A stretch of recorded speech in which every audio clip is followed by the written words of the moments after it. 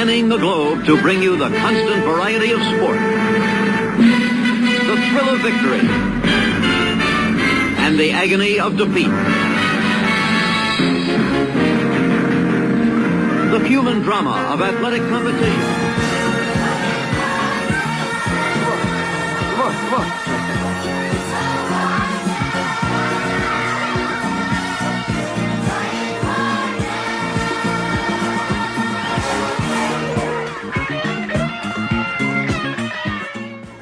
The history of organized sports in the United States began with the New York Knickerbockers, the first known baseball club, in the 1840s. The Knickerbockers were a social club, much like a modern country club, composed of professional men. In its early years, new members of the Knickerbockers were voted in only by unanimous approval of the club's members. One critic says, "This was the first time in American history that grown men put on costumes and played a child's game." Collegiate sports are traced back to the Native Americans, who possibly engaged in the first team sport on the continent, lacrosse, which was brought to North America by European immigrants. The earliest recorded sporting practices in the United States were influenced by British sporting practices brought to the New World. Men in college first played team games as extracurricular diversions from their studies, similar to intramurals. However, only the wealthy could afford college, therefore they were the only ones privileged enough to engage in these sports. Intercollegiate sports for men began in 1852 with a rowing contest between Harvard and Yale. The first collegiate baseball game was between Amherst and Williams in 1859, and the first football game was between Princeton and the Rutgers in 1869. The earliest form of professional sports in the United States appeared in the mid-19th century when teams were charging money at the gate to spectators and then dividing the profit among themselves.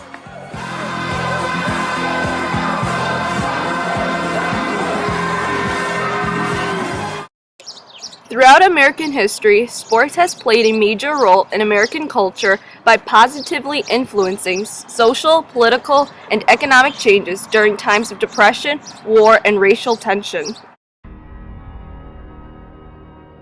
My daddy left us. I was only 6 months older than you are now. I don't remember him. You will remember me. Jackie Robinson, a black man in white baseball. I want you to know I'm there for you. In my heart. Think about the abuse that he's gonna take. Your enemy will be out in force, but you cannot meet him on his own low ground. What you gonna do if one of these pictures throws through your head? I'll duck. Mark my words and circle this date. Negroes are gonna run the white man straight out of baseball. This ain't the America I know. You hear me? If they knew you, they would be ashamed. If Robinson can help us win, then he is going to play on this ball club. You don't belong here, and you never will. Get off the field. Brooklyn Dodgers ain't changing our way of living. You're wearing me down. You are not the only one with something at stake here. You want a player who doesn't have the guts to fight back? No, I want a player who's got the guts not to fight back. You give me a uniform. You give me a number on my back. I'll give you the guts. I father, I Brooklyn Dodger them. I jack, I rob, I sin. Oh man, I'm Jackie Robinson. Except when I run base, I dodge the pen. I'm just a ball player. You a hero. Why don't you look in the mirror? This is a white man's game. I'm not going anywhere. I'm right here. I'm a Brooklyn boy. I may take some getting used to. Maybe tomorrow we'll all wear 42.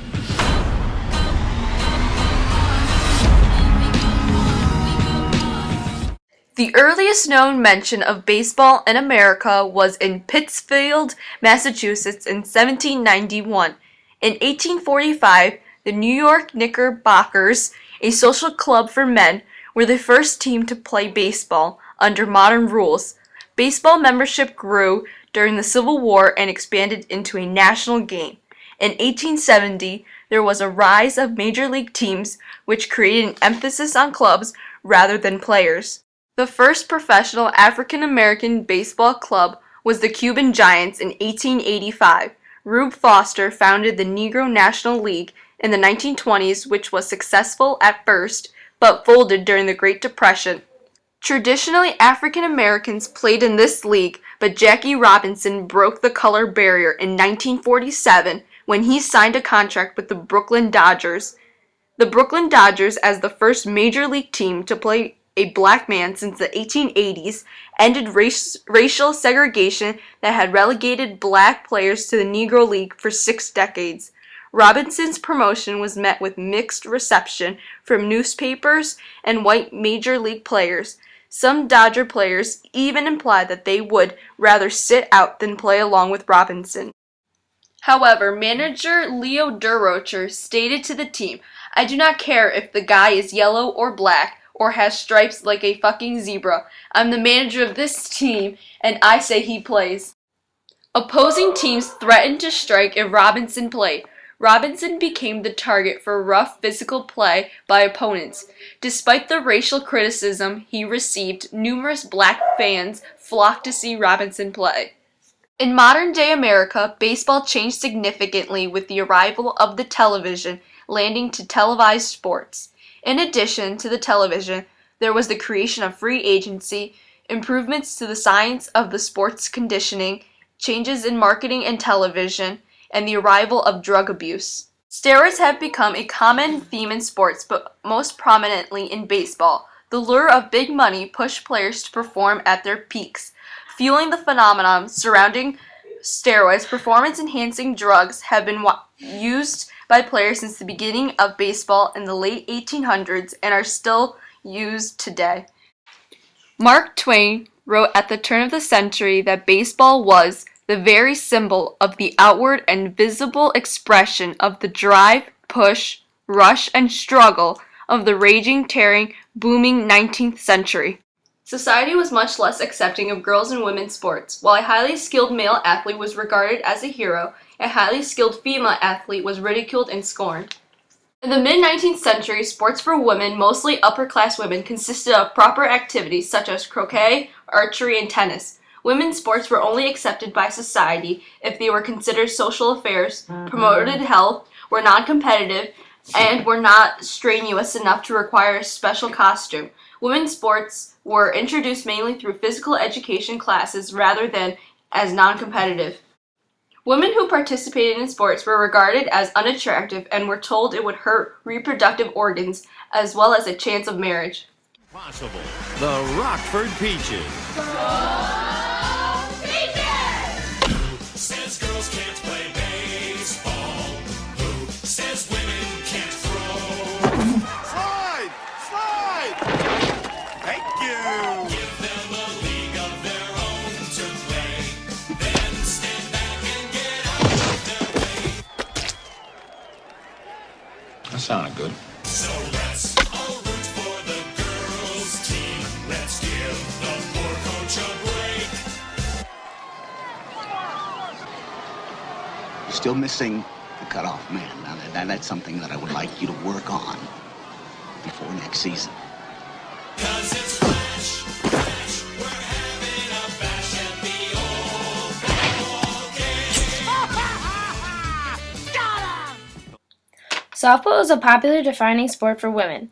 It is often referred to as a manly sport. The All-American Girls Professional Baseball League was founded by Philip King Ringley in 1943 and lasted until 1954. This league was created to keep the public eye on baseball after the majority of men went away to fight in World War II. The All-American Girls Professional Baseball League ended because the Women's League would take the attention away from the Major League Baseball. Softball did not start again until 1976, when the International Women's Professional Softball League was formed. The women who joined the softball league made $1,000 to $3,000, but the league was abandoned 4 years later due to the lack of financial support. In 2004, the Women's Pro Softball League was revived and is still alive with active members today.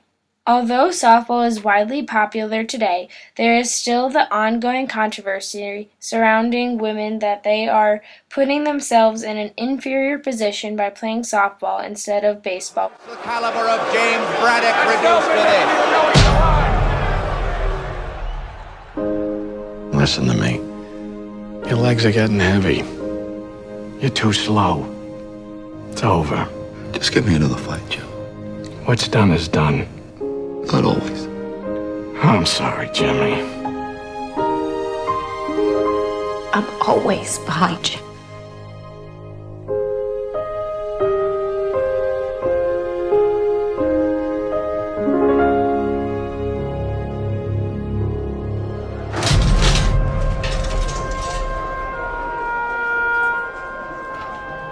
I believe we live in a great country. I need 9 men, and only 9. A country that's great enough to help a man when he's in trouble. I had a run of bad luck.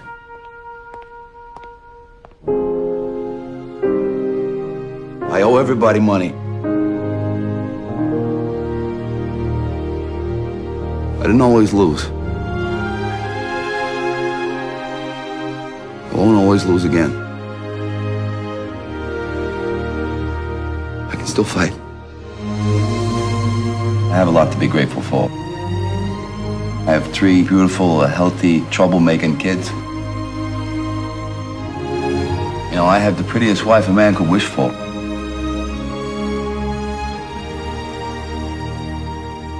We live in a great country. I guess I'm grateful for the opportunity.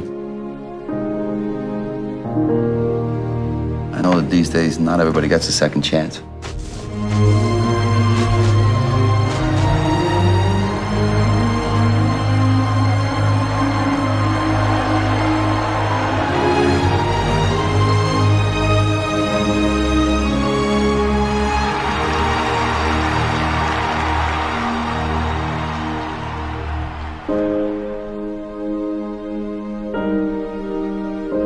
This time around, I know what I'm fighting. There is evidence that boxing existed as early as 1500 BC. However, it disappeared until the 1600s, when it popped up in England. London became the center for boxing until the late 1600s, and later the United States became the center due to the growing U.S. economy and the greater number of immigrants arriving there from all over the world. In the beginning of the 20th century, boxing became one of the shortest ways to glory and wealth. Boxing matches between slaves became popular in the colonial period as entertainment for Southern whites. White fighters became involved with the sport only when they realized there was money to be made. One of the most influential boxers of all time is Muhammad Ali. Ali gave a promise to boxing that gave way for underprivileged youths to stay off the streets. Ali was an influential figure in the protest of the Vietnam War. He refused to serve in the war based on his Islamic religious beliefs and was jailed for a brief time, while his appeal went to Supreme Court. As a celebrity, Ali would playfully boast, which has been a major inspiration in sports culture in areas such as trash talking. Boasting was one of the ways for Ali to assert his cultural pride. Principal Moreland, Clayton Driscoll, the new boys basketball coach. You're not the new boys basketball coach. Job wants somebody better qualified. You can't do that. I got a contract. Nothing's changed. I'm still coaching. That's right. Well, who then? You out of your mind? Clay Driscoll dreamed of coaching high school basketball, but there was just one problem. Is this girls basketball? I don't want to coach girls. What's wrong with girls? And the girls of Middleton basketball always wanted to play, but no one took them seriously. Hey, relax, coach. It's not like this is for real or anything. Girls, sit down. The girls are taking it too literally. Practice them just as hard as I practice boys. Let them play by the same rules as the boys. Give them permission to be who they are. Now they're starting to believe in themselves. If you're going to treat us like boys, we want to prepare like boys. You're joking, right? He's starting to believe in them.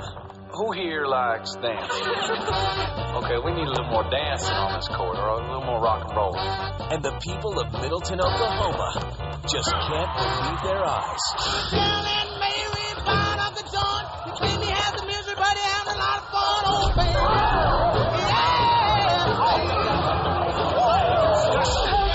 That was fun. Well, that's what I call rockin' and rollin'. 1, 2, 3, 4. Our girls need new uniforms and warm-ups. They've earned this. Can't wait any longer. Sit down, you.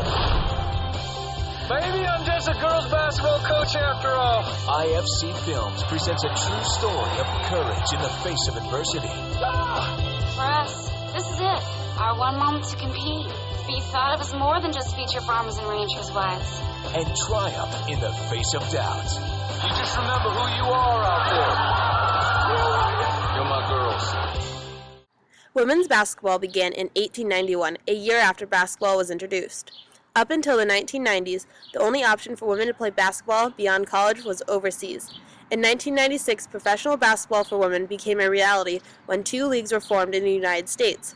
The Women's National Basketball Association played its first game in the summer of 1997. This was the first time hope for a women's professional basketball league would be successful.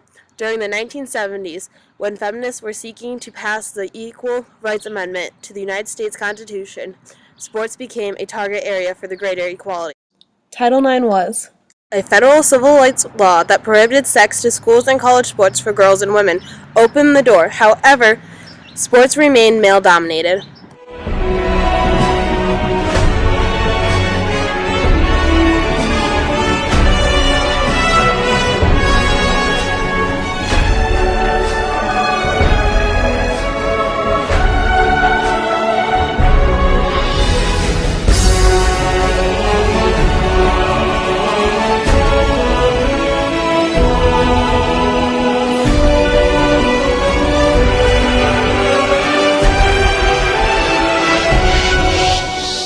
Women's golf is said to have started in the 1550s by Mary, Queen of Scots, who commissioned the building of a golf course at St. Andrews.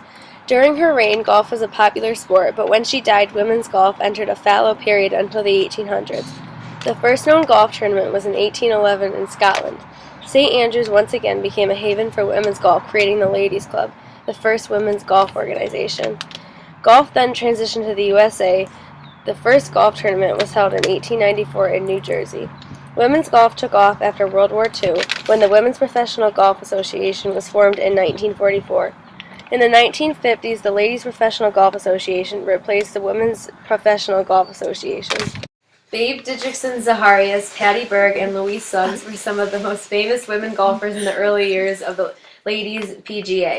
In 1961, Mickey Wright and Barbara Romack defeated Arnold Palmer and Dow Fitzgerald in CBS Sports Spectacular on a par 3 course in Las Vegas by playing on the same tees as the men and proving that girl power was alive in golf.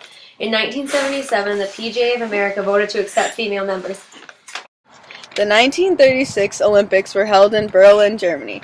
Adolf Hitler used these Olympic Games to prove to the world that the Nazis were superior to the rest of the world.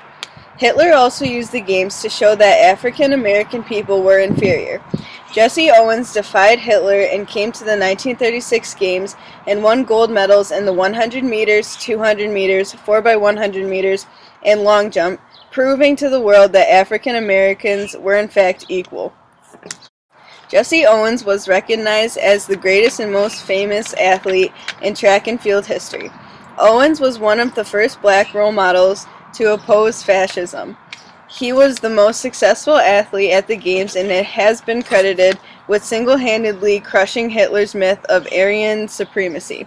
Hitler never acknowledged Jesse Owens winning any of his events. Racism and bewilderment are the seeds of the revolution.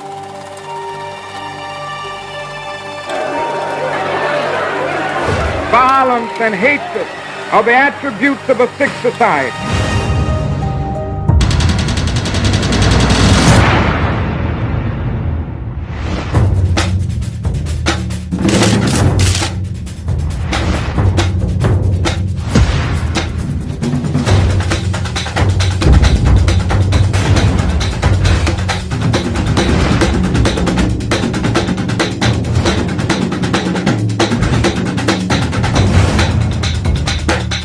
hell's he?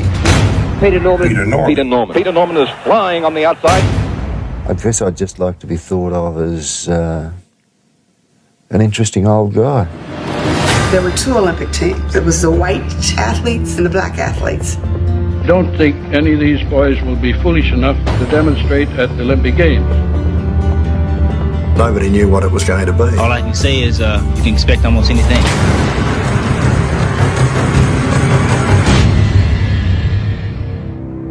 I was just sick. For him to take a stance during the Black Revolution from Australia, I thought that was fantastic. There's this guy from Australia called Peter Norman. Who the hell's he? A new Olympic record to Peter Norman of Australia. Peter Norman easily third. Every time he stepped on the track, he was running better. This is the hottest 200-meter field ever assembled. Peter Norman is an enigma to me because he came from nowhere. This was life and death. They said, you're not in the team. I believe in human rights. No way somebody I never heard of from Australia was going to split them up. I'm sick to death of hearing your answer. It's a pleasure for me to know Peter, and it's a pleasure for my people to know Peter Norman.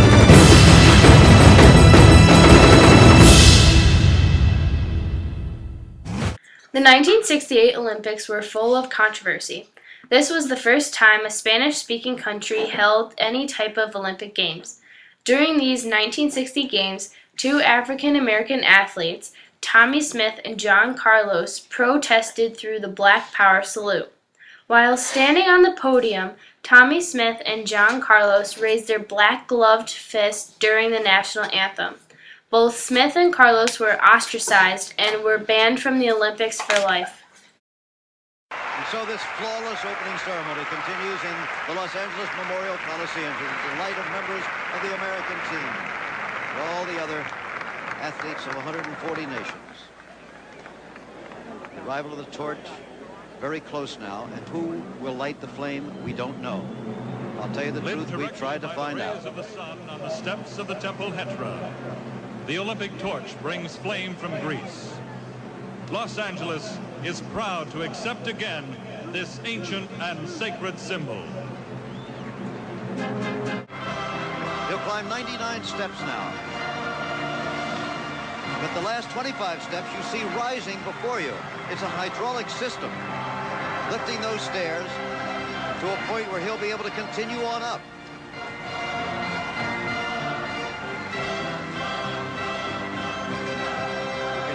Steps if you want as Rafer Johnson mounts them. There he goes. Came into place just in time. Now he will not go completely to the flame. That's impossible. He can't get up there. But the way the flame gets to the top is fascinating. He'll touch it to what looks like a decorator's rain spout there. Then the flame will go around the Olympic ring and then up to the receptacle. The sun's still shining on it, maybe a little hard to see. There it goes. Now it's climbing around the rings. Can you see it there?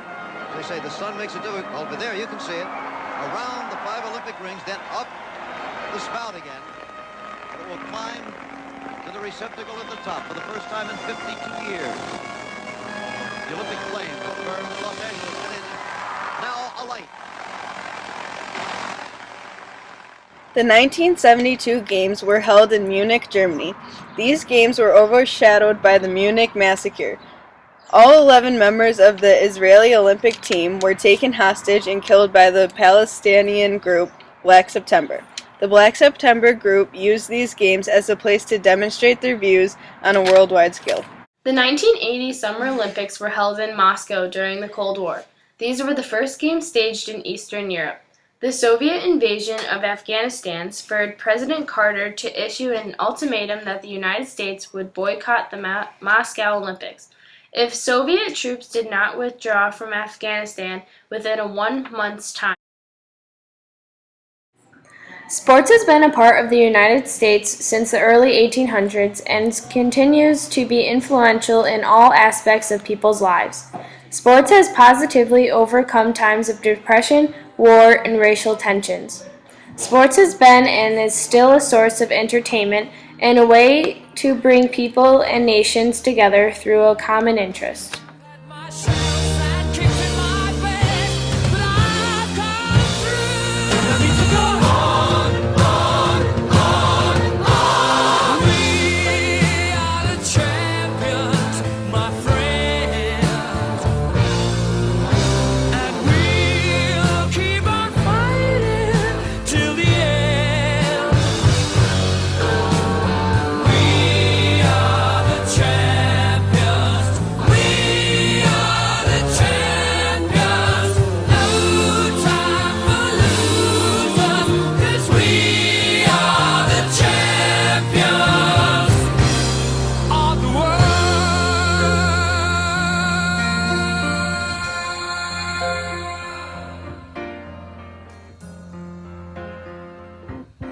Taken my bows and my curtain calls.